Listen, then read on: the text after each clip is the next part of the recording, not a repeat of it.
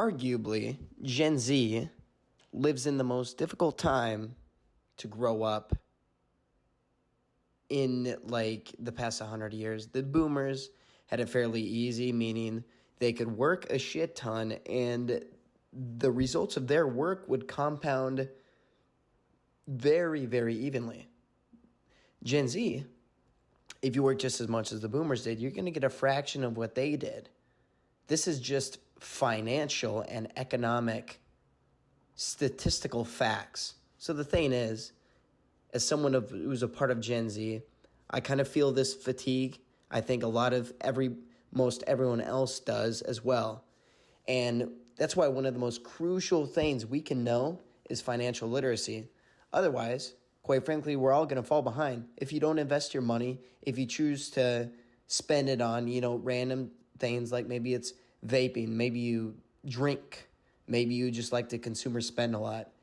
Well, if you do that nowadays, especially as a young person, you're going to go broke. So now you can't have as much fun as people used to back in the day. And people need to start understanding this. Otherwise, everyone's going to be a 50-year-old. We'll go younger, maybe even 40 years old, and everyone's going to be broke. No one's going to have a dollar to their name. Everyone's going to be listening to whatever institution, any job, or any major corporation tells them to do. You're going to have no freedom. So that's why financial literacy, especially at our age, is arguably the most useful time in history to ever have it. Me, I'm 18 years old. I have a 401k. I have a Roth IRA. I have multiple investing accounts where I swing trade. It is very important, I emphasize this, to use literally all of your fund money and pour into this investing thing. Because the thing is, the results can compound astronomically. And who knows, by the time we're 30 or 40, maybe we'll be able to retire. Because the thing is, you can't rely on a company anymore. A company can lay you off. A company can get rid of you. A company can cut your pay. A company doesn't have to pay you adjusted for inflation. The US dollar has lost 15% of its value this year.